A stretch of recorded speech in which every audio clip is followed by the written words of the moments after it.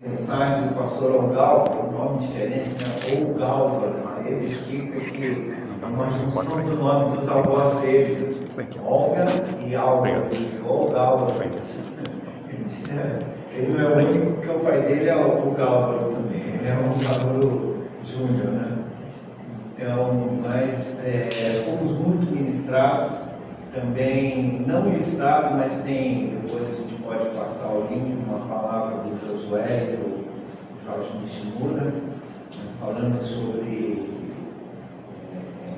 Josué falando como alcançarmos a geração mais nova, né? Não nos contentarmos de ser igreja para nós mesmos, né? Nós pensarmos o que é a igreja, aqueles que virão depois de nós, o que eles vão experimentar, né? E foi muito bom, nós fizemos vários exercícios de dinâmicas, conversa, no último momento todos nós fomos desafiados a escrever aquilo que nós vemos para a nossa igreja para os próximos 10 anos. O que eu vejo para Rollins nos próximos 10 anos? O que a Rollins deveria atender para ser de fato uma igreja relevante, né? E depois, sonhos pessoais. O que eu sonho para daqui a 10 anos? O que eu penso? Como vou estar aqui, né? Como vou estar no ano 2035? Se Deus quiser, Mônica, andando, fazendo bastante extrapolia ainda. A gente fala brincando, a gente achava estranho algumas coisas e a gente começa, né? Voltei de panorama, terminou, almoçamos e saímos, né? Esperamos, tinha que trazer uma HD lá que eles tinham que baixar algumas coisas para trazer para a sede. Eu esperei, saí um pouco mais tarde, 2h30. Normalmente eu pego o carro, sento o pé e vou embora. Para, xixi, bebe alguma coisa, engole a comida, não engole direito, vamos embora. Aí a hora que eu vi, não parava no outro cego, a hora que eu olhei o relógio, fiquei quase 2 horas parado. Falei assim, acho que eu vou relaxar aqui, só não dormir sentado na cadeira aqui, nem isso também não. Aí a gente começa a ver assim, a gente continua fazendo às vezes as mesmas coisas, só que com uma velocidade um pouquinho diferente, né? Vai jogar bola, você acha que a perna vai, mas ela não vai. Aí os caras reclamam e falam assim, meu filho, aqui ó, bem o pezinho certinho, senão não vou pegar. Não vem driblando muito longe, senão você não derruba. Né? O Cleison que joga bola sabe como é, né? Se precisar de figura, eu levanto, hein, cara. Mas o que a gente pensa para a vida? 10 anos é muito longo, fatia isso em etapas. Quais são os seus planos para 10 anos? Está aposentado? Está trabalhando? Joana e o Léo vão ser avós?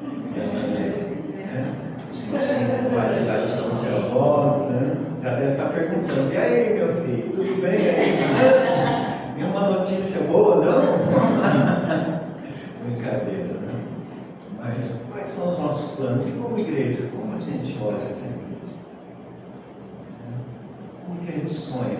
Que igreja que a gente sonha para 10 anos? Que possa ser relevante. As pessoas dizem que estão vivendo um mundo difícil, né? Pelo menos a mídia dominante tem um pensamento um pouco diferente do nosso. Né? Como nós vamos viver nesse tempo? Vamos só ser um guetozinho isolado, uma ilha no mundo? Ou nós vamos ir um pouquinho, né? Eu gosto muito do texto falando de Ló, escrito na carta de Pedro, que ele diz que Ló se manteve íntegro naquele tempo. Isso é uma coisa boa, ele deu um mundo permissivo, né? Sodoma e Gomorra, e ele se manteve íntegro, ele era um juiz. Mas você percebeu que ele não gerou violência? O limite dele foi se manter íntegro. Ele era um juiz que julgava as pessoas. O sistema ia na saída da cidade, os homens mais respeitosos da cidade, ele julgava. Tinha uma causa com alguém, era um tribunal, chegava a vozinha, ele roubou 30 mil Mas como você sabe, esse aqui viu que ele roubou 3 galinhas minhas. Não, é que eu estava passando fora, mas roubou não roubou. E ele julgava. Estou fazendo uma brincadeira, mas ele era um juiz. Ele tinha uma posição. O homem andou bem de um lado. Ele se manteve íntegro. Isso é uma coisa boa. A gente ficar fiel ao Senhor até o final. Mas a segunda metade da nossa responsabilidade é gerar influência. O mundo dele sucumbiu, todo destruído. E esse é o desafio. Nós mantemos íntegros e gerarmos influência. Que igreja nós pensamos? Como eu pessoalmente gostaria de ter, estar profissionalmente, familiarmente, na igreja, projetos que eu tenho para a minha vida, né, para 10 anos. Há 10 anos é muito longo, se ela é absolutável, não faz planos para 1, 2 anos, tipos mais curtos, mas quais planos você tem? Se nós não tivermos visão do que nós queremos, como se diz, se não planejamos para onde vamos chegar exatamente onde planejamos, lugar nenhum. O problema de muitos de nós é que planejamos uma viagem para pagar depois, né? Ao invés de vou fazer uma grande viagem e vou me preparar para ela. E aí eu faço sossegadamente, né? Ontem eu estive no Shalom fazendo a inauguração do não é inauguração, não, é consagração. Eles estavam voltando um sonho, 8 anos para concluir. Aí eu estava lá, as crianças, os pais, os monitores, o Silas, que foi um engenheiro que acompanhou. Aí eu trouxe uma palavra e disse assim: isso que nós estamos pisando aqui, estamos experimentando, foi sonho de alguém. Quando alguém olhou para aquele espaço lá e falou assim: aqui vai sair um ginásio, mas não pode ser uma merrequinha de ginásio. O pastor Takashi tinha que ter um teto alto para jogar vôlei, 2 quadras, são 2. E talvez para alguns, um projeto de, sei lá, 1 milhão, tá louco. No meio do mato, chega o caminhão de construção aqui. Alguém sonhou. Ainda combinando mais atrás, Shalom completa 50 anos de aquisição. Pastor Inácio, um senhor chamado pastor Mário Poga, alguns homens conheceram, né? Que eles conviveu com ele no tempo lá. E o irmão dele, que era corretor, talvez mais alguma pessoa, andando lá de cima, olhar e falar assim: esse lugar aqui é bom, esse lugar aqui é bom, vamos comprar. Um grupo de pessoas cotizaram e compraram, criaram, precisavam ter uma CNPJ, fizeram um agro, que foi legisladora Shalom, que agora já o acampamento Shalom. Alguém sonhou. Dani, meu colega, que nós tivemos o privilégio de estarmos o primeiro acampamento foi realizado ali no Shalom, na Federação dos Jovens, em 1978. Era um molequinho. Tomava banho, sei lá, eu era de umas canequinhas que tinha uma biquinha lá, uns canos que saía água gelada. Pastor Queijo, Itoshi, Queijo. Alguém olhou para aquilo lá de cima e falou: isso aqui pode ser um bom lugar. Aí, nos anos 90, 80, 90, acho que passou no sul, eu começar acampamentos lá sem ter nada, e talvez alguém falou assim: esse foi doido da cabeça. Falta o pino nesse cara. E hoje você tem um acampamento, né? O asfalto está chegando, para quem não foi lá, 3 pontos mais cruciais já tem asfalto. Não tem mais rally para subir, Léo. Sobe de boas ali, o carro vem, precisa dar umas patinadas, sem laminha, não tem mais aventura para entrar no Shalom. Tem um ponto ainda que eles estão aumentando o recapeamento, que é uma subidinha que, se chover, escorrega um pouco. Mas só esse ponto, um pouco tempo eles terminam. mas alguém um dia sonhou. E hoje, 1 hora, a transcrição em 1 hora. Na nossa igreja lá, cheio de crianças, que eu perguntar, e aí, irmã, está pronto para ir hoje? Vou, tio, a mãe não conseguiu.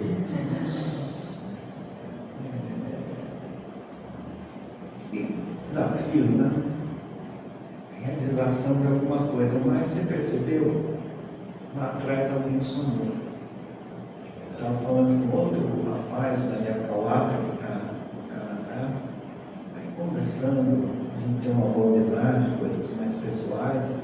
Aí ele falou assim, legal, mas todo sonho tem um preço, né? Você realiza o sonho, alguém se beneficia desse sonho, mas você tem que pagar um preço, é verdade. Se paga o preço. E aí é que nós temos que decidir, estamos prontos a pagar o preço, né? Para continuar aquela linha 2035 e fotos do hotel. O que vai estar escrito aqui? Quando as pessoas que o Senhor enviar estiver aqui, olha, aquele grupo lá, eles sonharam, e hoje nós temos uma igreja. Se nós falarmos assim, passa cada dia o seu mal, vamos estar exatamente desse mesmo jeito, 10 anos mais velhos. Então, é um desafio de nós pensarmos. Isso foi um pouco do que nós fomos encorajados e eu tenho tentado transmitir.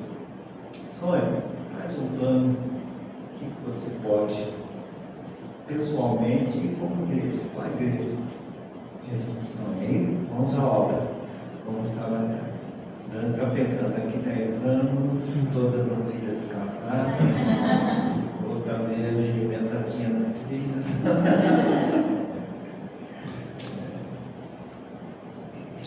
Desafios, né? Que a gente tem para pensar. Que é legal a gente pensar. A igreja lá onde a Cris frequentou Cruz, Osasco, está na reta, quase no final de terminar a reforma lá. Não é aquela reforma que sonharam no passado, mas vai sair lá. Vou inaugurar o Templo Novo, ainda Paulo não sinalizou a data, mas nos primeiros meses desse ano deve ter conclusão lá também, adiantado as obras, e ter um local novo ali para a igreja se reunir. Então, quem sonhou lá atrás? Foi juntando, bazar, ofertas. Eu lembro quando o Casumori saiu, ele botou ali um monte de livro dele, diz, quem quiser pega e oferta para a construção. Aí Regis acho que volta esse ano para São Paulo. E a gente já passou no concurso em São Paulo, só esperando ser chamado. Outro reforço, esse volta para os lados.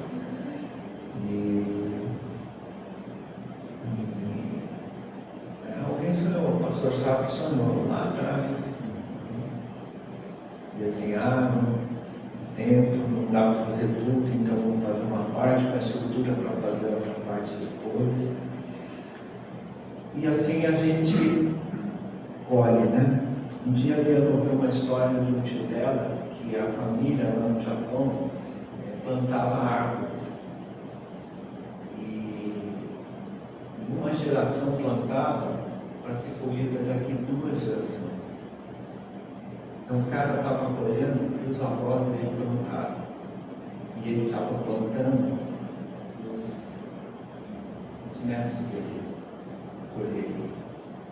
Interessante, né? Algumas coisas que você planta, você não planta para você. Mas se você não plantar, não vai ter colheita depois. Então, esse é o desafio, né? Tema da igreja este ano, a Vila com a Obra, foi dos anos, nos anos mais conhecida. Falei um pouquinho do domingo passado, está no YouTube, se quiser dar uma olhada na mensagem lá na verdade. Mas, essencialmente, fé avivada, igreja edificada, é um binômio que nós sentimos. A igreja precisa ser estruturada, a igreja precisa sincronizar-se para para não começar um fenômeno de perda de pessoas. Aí falta alguém, fica um mês sem aparecer, não tem a menor ideia, porque apareceu um monte de gente e veio gente nova. Então nós precisamos de um sincronismo, um ajuste para que a igreja se consolide. É um desafio que tem sido trabalhado no exercício, pastores, presbíteros, liderança. Dia 15, 16 nós vamos conversar, né? A liderança vai estar convidada, está lá, Marcos Shalom. E a parte da fé avivada, a pastora da Caixa trouxe esse texto, é entendimento entre nós, pastores e presbíteros, que não adianta ter um modelo de vida perfeito se a fé for fria, se a fé não for intensa. Então, do lado pessoal, uma fé consistente, uma fé quente, uma fé avivada. Do outro lado, gerando uma igreja que se consolida. Pensando um pouco na mensagem de hoje, atitudes para manter a unidade, há um episódio da Bíblia muito interessante, em Gênesis 11, que é a Torre de Babel. Nós já lemos sobre a Torre de Babel. Interessante esse texto, porque na verdade a gente olha sempre do modo crítico, porque a intenção era ruim, é uma intenção egoísta. Vamos fazer uma cidade para nós, vamos edificar uma torre que atinge o céu e fazer os nossos nomes notórios. Vou edificar o meu reino e vou tornar o meu nome notório. Mas olha que interessante que Deus, quando desceu e viu aquilo, ele diz assim: o Senhor desceu para ver a cidade, a torre que os filhos dos homens estavam construindo, e o Senhor disse, olha o que Deus diz: eis que o povo é um, e todos têm a mesma língua. Isso é apenas o começo. Agora não haverá restrição para tudo o que planejam fazer. Nesse texto, apesar de ser um contexto negativo, a gente vê o poder que existe na unidade. Este povo é um e a língua deles é uma. Ninguém poderá lhes resistir. Quer dizer, eles poderão fazer muitas coisas que planejam. Você percebeu que o próprio Deus, apesar de uma motivação errada, reconhece aqui nesse texto que há um poder fantástico quando nós somos um e falamos a mesma língua. Eu e o Léo falamos a mesma língua.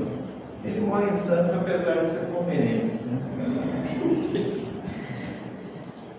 Linguagem da bola. Ele é verde, eu sou branco, mas tudo bem.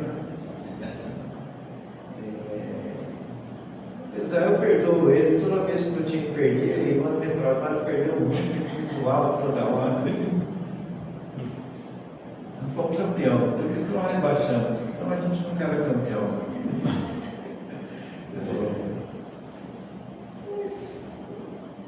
Falar a mesma língua não é isso. Você não tem gosto. Compreende, fazer o quê, né? Brincadeiras à parte, né? O Léo ama pescar, talvez algum pense assim, curso que tem que ficar com aquele negócio parado. Que bate o sol rachando o bico, olhando para a cara do outro assim. E às vezes fica quieto, senão passa referência, não pode passar referência, senão atrapalha a isca. Não faz que nem seu Ciro, né? Dorme, né? Diz que ele dormia e ficava quietinho, aí a baracola derrubava, né? Dormiu. Não é um nesse sentido, é um em propósito. Unidade não é todo mundo gostar, ter a mesma opinião, mas é caminhar numa mesma direção. É importante que ele tenha pluralidade, diversidade, senão seria uma coisa só uniforme. Aí, pensando nisso, eu queria olhar o texto de Efésios 4, que é um texto interessante. O capítulo 1, capítulo até o verso 26, até o verso 24, até o verso 24, o apóstolo Paulo vai falar de pelo menos 3 tipos de unidades aqui. Ele chama primeiro unidade da fé, ele vai falar da unidade funcional, dos dons, né? A importância dos profetas, dos apóstolos, mestres e os sincronismos da igreja, né? Então, nós vamos focar nesses primeiros versos, 4 de 1 até 6. Vou ler aqui na NA. Por isso, eu, prisioneiro do Senhor, peço que vocês vivam de maneira digna da vocação que foram chamados, com toda humildade e mansidão, com longanimidade, suportando uns aos outros em amor, fazendo tudo para preservar a unidade do Espírito no vínculo da paz. Há somente um só corpo, e um só Espírito, como também uma só esperança para a qual vocês foram chamados. Há um só Senhor, uma só fé, um só batismo, um só Deus, o Pai de todos, o qual é sobre todos e age por meio de todos e está em todos. O apóstolo Paulo, ele define aqui unidade, e não como algo que eu e você temos que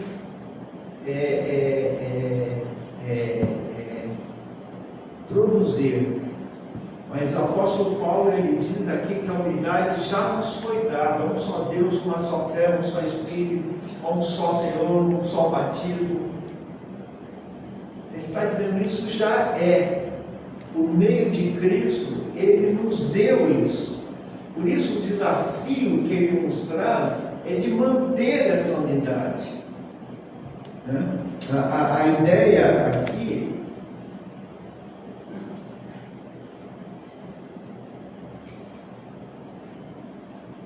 é que nós mantemos algumas observações. Unidade não é uniformidade.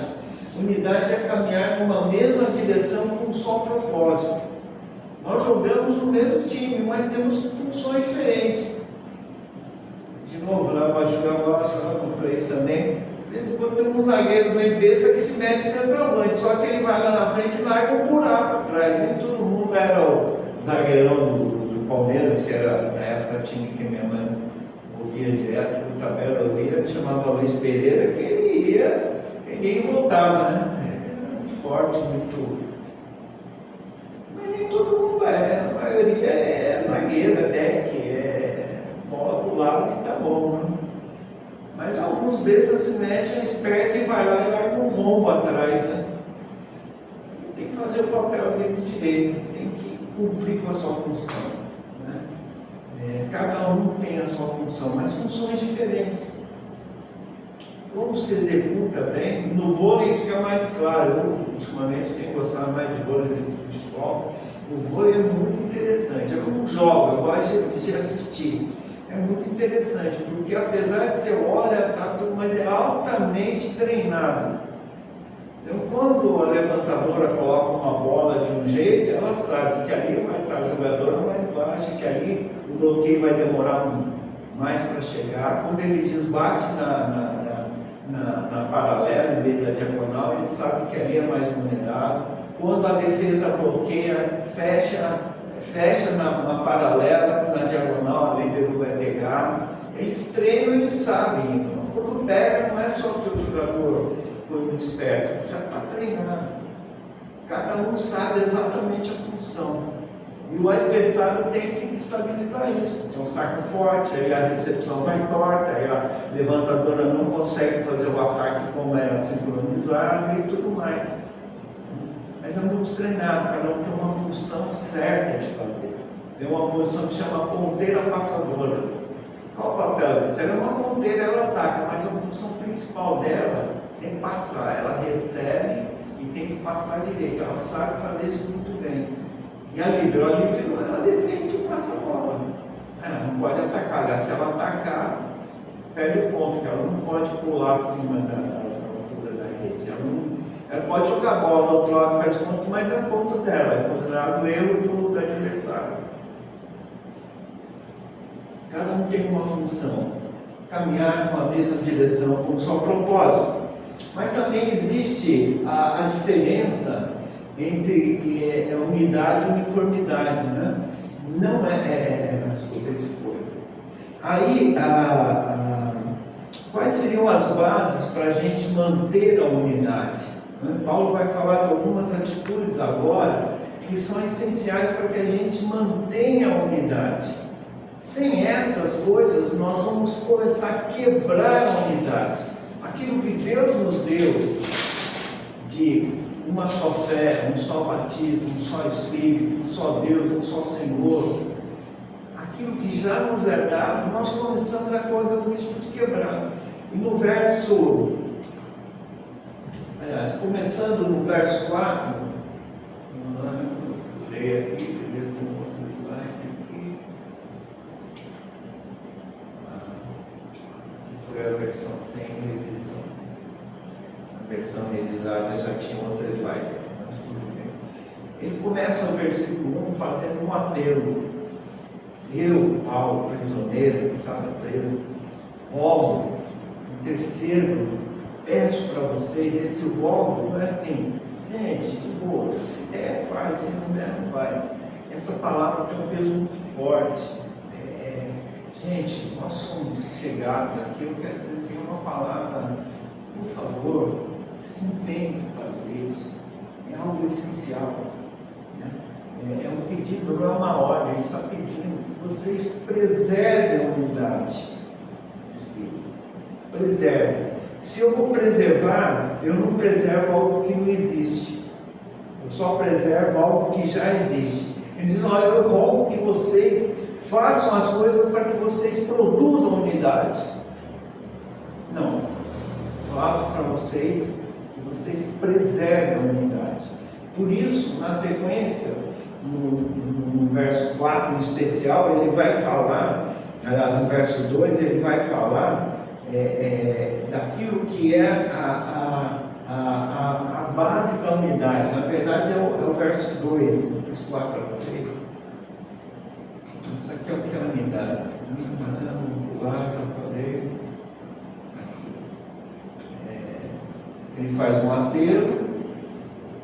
E ele vai dizer no verso 2 e 3 que para que eles vivam de maneira digna, a maneira digna que ele se refere é manter a unidade. Quando na oração sacerdotal, o que Jesus ora? Pai, faz-nos um, para que o mundo saiba que enviaste Jesus. Olha que coisa desafiadora. Mas muitas vezes nós, como povo de Deus, nos devoramos, nos engolimos. Ouvimos toda hora a história de gente que sentiu isso, aquilo, foi embora. Na eleição passada, um evangelho ficou rachado no meio, alguns jurando que Bolsonaro era de Deus, outro que era do diabo, que Lula era de Deus. Tinha frente ao evangelho dos dois lados. Agora, você imagina se você fosse Deus, está olhando, uma parte orando, uma parte orando, e ele olha assim, o que será que eu quero? Ou olha para eles, vocês estão olhando o mundo errado. Mas quem está certo? Igrejas divididas, famílias divididas, irmãos em Cristo que não se conversam, pai anulando o filho, uma família que eu conheço. O pai faleceu, a filha não veio, porque anulou o pai porque achou que ele era bolsonarista, e ela era esquerdista extrema, anulou o pai. O que acontece? Nós, às vezes, como povo de Deus, estamos dando um exemplo para fora de que nós não somos unidos, não temos unidade. E a Bíblia diz que nós devemos preservar, fazer todo esforço. E essas atitudes que ele vai falar aqui, elas nos ajudarão a ter um coração pronto para preservar a unidade, né? Faça isso, faça aquilo. São atitudes, né? Então a primeira coisa que ele vai falar é com toda humildade. Com toda humildade. Sem humildade nós não vamos conseguir manter, porque meu orgulho vai falar mais alto, mas não, você está errado, minha irmã, você ama demais, e aí nós vamos ficar numa discussão que não tem final. Esse microfone aqui é feio, vira ele para lá, essa flor, eu não gosto, você não entendeu, você está errado, né? Por isso a gente começa a defender opiniões, achando sempre que nós somos superiores, né? Por isso Paulo diz que eu devo considerar o meu irmão superior a mim mesmo.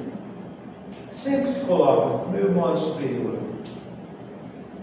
Respeito aquilo que fala. A ideia de humildade é aquela atitude de reconhecimento de que diante de Deus não somos nada, somos totalmente incapazes. Bem-aventurados os humildes de espírito.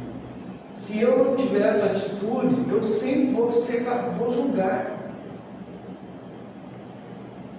Lembra do fariseu, do publicano orando? A diferença? Graças te dou, ó Deus, que eu não sou como esse cidadão aí, pecador.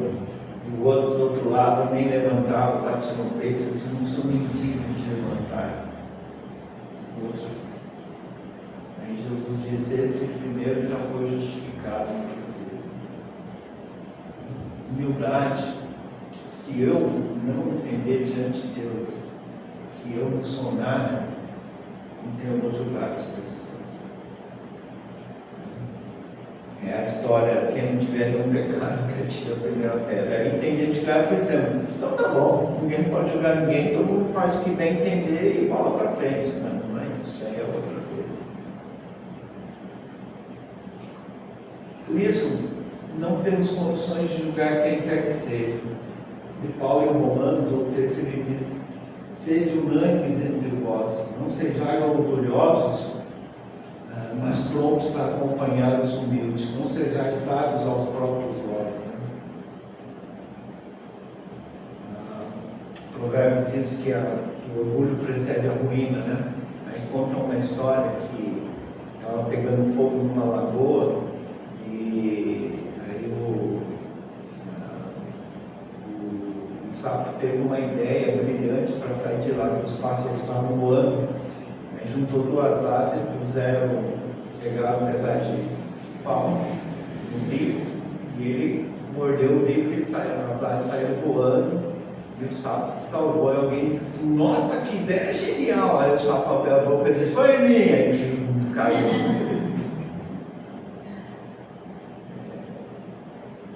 Às vezes o orgulho nos destrói, né?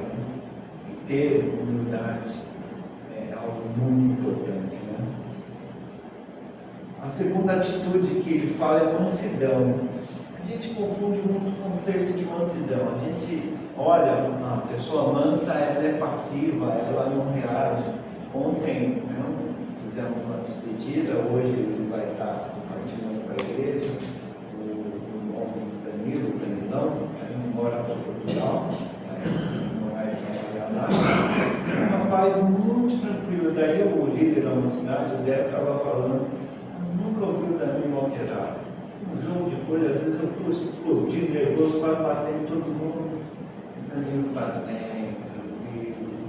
Aí alguém falou para ele assim: verdade, Danilo, eu nunca vi você bravo. Mas para que ficar bravo? Motivo, ninguém nunca viu o motivo. Eu falei assim: nossa, é o coração, o olho dele que é bom. Um cara altamente tranquilo, manso, porque ele é bobo, pacato, né? Porque ele passava para trás, desse que não defende o seu direito, não, porque ele entendeu alguma coisa a mais que talvez a gente não entendeu. O conceito é uma atitude de reconhecimento da total dependência de Deus, por isso se torna dócil e descansa. O manso é aquele que entende que Deus tem controle sobre todas as coisas, e eu posso descansar nesse Deus que tem o controle de tudo. Deus é meu juiz, Deus Deus, aquele que defende a minha causa, aquele que está comigo, maior que está comigo do que está no mundo. Por que eu vou me tornar um indivíduo agressivo, briguento? Manso não é um passivo, pacato, aquele que não reage, aquele que nem cheira nem fede, né? Sai da moita. O manso é um cara que entendeu que Deus está no controle. Tem que ter posição, é claro que tem que ter posição, mas é diferente. O contrário seria uma atitude de orgulho e arrogância. Aquele que tem mansidão não precisa ficar lutando e brigando de forma orgulhosa e arrogante. Não precisa mostrar sempre que está certo e que o outro está errado. Ele tem um controle, ele sabe que Deus está com ele. Mansidão talvez seja uma das coisas mais difíceis de cada um de nós, né? Quando os nossos direitos pessoais são, do nosso ponto de vista, afetados, todos nós disparamos em um sistema de autodefesa, é como se viesse alguém e jogasse alguma coisa de imediato se defender, é instintivo. Quando você se sente agredido, é natural que nós nos defendamos, mas o manso entende que ele pode confiar e descansar em Deus. A terceira atitude que o texto vai falar é paciência. Paciência não é fácil. Paciência, precisa ter paciência. Já tive demais, já acabou a paciência. E alguém diz assim: quanto mais você ora para ter paciência, Deus coloca mais situação que a paciência é necessidade. Você, eu estou pedindo paciência, o senhor me manda confusão. Pois é, porque você tem que ter paciência, né? E a gente vai desenvolver paciência quando surgir uma situação em que eu preciso ter paciência. Eu sou muito paciente, desde que não pise no meu pé, né? Desde que não venha para cima de mim com alguma coisa. Então, a paciência é essa atitude, é a capacidade de tolerar contrariedade, sabor, infelicidades, é a capacidade de suportar a carga, de ter um pouquinho, pensa um pouco, não precisa rebater de uma vez, né? E a paciência ela é desenvolvida em nosso caráter na medida que nós aprendemos todas essas atitudes. Ela vem da nossa relação pessoal com Deus. Deus vai trabalhando, né? Depois ele fala de suporte mútuo, significa ser clemente com as fraquezas dos outros, não deixando de amar o próximo ou os amigos devido àquelas suas faltas, ainda que talvez nos ofendam ou desagrade. Suportar o outro não é, nossa, eu suporto aquele irmão, é chato que dói, mas eu aguento ele. Não é nesse sentido, é de ser suporte, uma estaca que suporta alguma coisa. Estava ali com a dona Mísia olhando as plantações ali do Léo, o Chuchu, a hora pronomes que dominam, estava brigando com o Chuchu lá, se enroscam um no outro ali. Eles precisam de suporte. Se não tiver o suporte, ele vai cair no chão, vai tentar subir na parede com o suporte, ou vai cair no chão, vai morrer. Vai apodrecer no chão. Suporte. Suporte é esse sentido, não é sentido de tolerar. Tolerar é uma parte de ser suporte, mas de ser apoio, dar condições para alguém desenvolver. Normalmente, quando alguém não anda bem, a gente tem muita justificativa para dizer por que aquela pessoa não andou bem, ela errou nisso, naquilo. A coisa mais difícil é a gente falar, aquela pessoa tem muitos defeitos, mas nós vamos investir nela e vamos ser suporte para ela amadurecer e se tornar um caráter tratável nessas áreas que ela precisa. Ser suporte não é uma atitude fácil, mas se nós não formos suporte, a unidade de fé não vai existir, porque ela vai sucumbir. Porque nós vamos começar a queimar as pessoas, descartar pessoas. E por último, ele vai falar com um esforço diligente, né? Para nós esforçarmos diligentemente, intencionalmente, a nova Bíblia viva, ela fala: procurem de todas as formas, ou significa um esforço intencional e diligente para preservar a unidade. eu tenho que fazer um esforço, e às vezes nisso eu tenho que ceder, eu tenho que abrir mão. Eu não preciso provar que eu sempre estou certo. Eu não preciso provar que o jeito que eu tinha visto era melhor do que de todo mundo, apesar de todo mundo estar pensando diferente. Eu não preciso impor a minha maneira, eu posso abrir mão. Eu posso trazer à mesa e negociar. Eu trabalho na diretoria da convenção, nós somos um colegiado de 7 pessoas no total. Algumas pessoas perguntam como vocês decidem as coisas. A maioria das decisões não são por voto, são por consenso. Nós conversamos e consensuamos. Não tem situação que tem que votar, tem situação que tem que votar. Porque temos opiniões diferentes no grupo. Quem se enxerga aspectos diferentes. Aí quando tem que entrar no voto, se vota. Às vezes dá 4-3, 4 é mais que 3, acabou. Mas se decide. Mas a atitude de quem votou contrário não é. A diretoria decidiu isso, mas eu não concordo, não. Essa atitude é um esforço diligente de quebrar a comunidade. Esses caras são divididos. Mas quando nós temos uma atitude de pensar, meu voto foi vencido, mas o nosso voto como diretoria é esse. O que vocês decidiram? Nós, como diretoria, decidimos isso. No momento que eu entro no coletivo, não existe mais eu. Quando a gente é filho, a nossa esperteza de filho é sempre perguntar para o lado mais fraco, né? Pode, mãe? Não pode, porque eu amo. Mãe, você vai devagarinho, pai? Pode? Pode, filho. Aí você faz, a mãe fica brava, porque eu falei que não, pai deixou. Esperteza de criança, né? Aí os pais combinam, ó, vamos pergunta para mim entender o que eu decidi, tá? Aí os dois descobriram da malandragem do filho, aí não dá mais certo, né? Mas você percebe que quando se quebra isso do coletivo, a unidade fica fracionada. Eu não concordei, mas decidiu assim, eu quis que fosse assim. Tipo, me isenta disso. Ele decidiu, como se eu não fosse parte. Mas eu sou parte do povo. Quer queira ou não pode dizer, porque eu não sou terra, não sou do povo. Somos um só povo. Por isso, esse esforço diligente para perseverar, às vezes, exige de nós que nós tenhamos uma atitude intencional de mandar.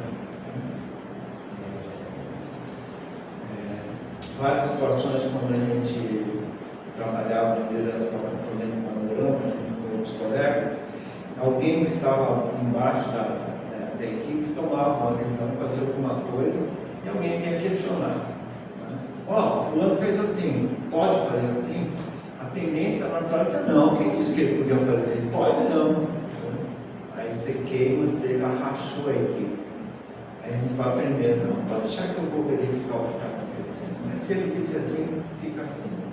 Aí você chama fulano, eu gosto é bem assim. Por que você falou? Não, eu sei, mas você disse isso, está certo. Mas quando for assim, a situação diferente, pergunta. Aí você não queima a pessoa, não quebra a unidade, mantém a coisa funcionando. E às vezes a gente pensa mais na gente mesmo. Isso, o esforço diligente para preservar a unidade é essencial. Essas atitudes todas nos vão, para manter a unidade, nós precisamos delas, né? De humildade, de mansidão, de paciência, de suporte mútuo e de esforço diligente. Muitas dessas coisas aqui que estão aqui, se vocês olharem, elas são frutos do Espírito também, né? Faz parte das bem-aventuranças, dos frutos do Espírito.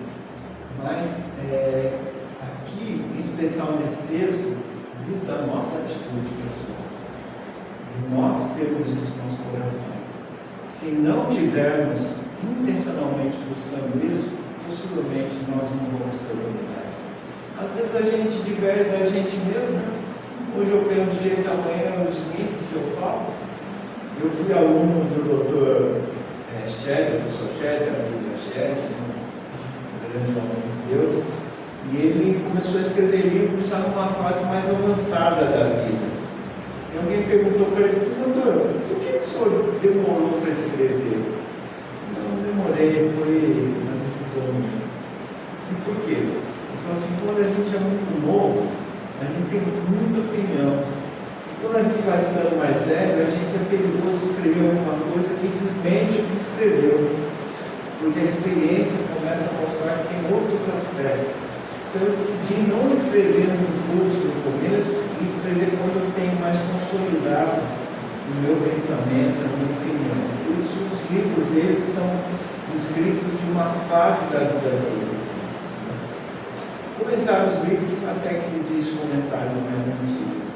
Mas livros em que eles põem temas, algumas coisas, são livros mais da metade do final da vida dele. Aí ele citava alguns exemplos de autores que escreveram muito novos e depois, na meia idade, já começou a mostrar uma opinião diferente e concluiu negando o que ele mesmo escreveu. Então, nós vamos amadurecendo a nossa atitude, a gente precisa ser ligado na maturidade. Quanto mais nós temos isso, mais maduros nos tornamos, e a igreja se torna mais mantendo unidade. A qualquer ação que tivermos, qualquer plano que a igreja possa fazer, o pastor Takashi voltando, vai conversar junto com o meu filho, dar as diretrizes para a igreja, concentrar com vocês, o que é que nós sonhamos para a igreja, o que podemos fazer, como fazer, que estratégia usar, onde caminhar. Importante, qualquer plano que tiver, se nós não tivermos essas atitudes, nós vamos sumir, nós vamos perder a unidade. Não importa, o nosso plano que for, não vai ter sucesso se nós não tivermos. Que Deus nos conceda vivermos dessa forma. Vamos orar.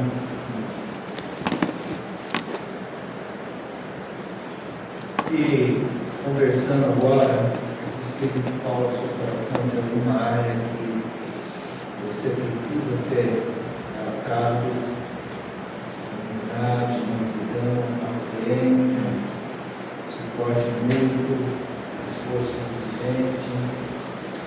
Se alguma dessas áreas você tem sentido que Deus precisa tratar, peça a Ele, Deus trata isso no meu coração. Me ajuda a estar alinhado nessas atitudes, para que como igreja nós não tenhamos a unidade. Pai, nós colocamos nas tuas mãos, pedimos tua direção, e como igreja pensamos, nós tenhamos planos, sonhos, a gente possa olhar para daqui 10 anos e sonhar, e daqui 10 anos possamos olhar para trás e dizer: o Senhor permitiu que os nossos sonhos tornassem realidade. Uma geração que depois de nós vai poder experimentar uma igreja organizada, estruturada, efetiva na cidade de Santos. Ajuda-nos a sermos essa geração que paga o preço para que a próxima geração possa ser abençoada. Obrigado, Pai, em nome de Jesus. Amém.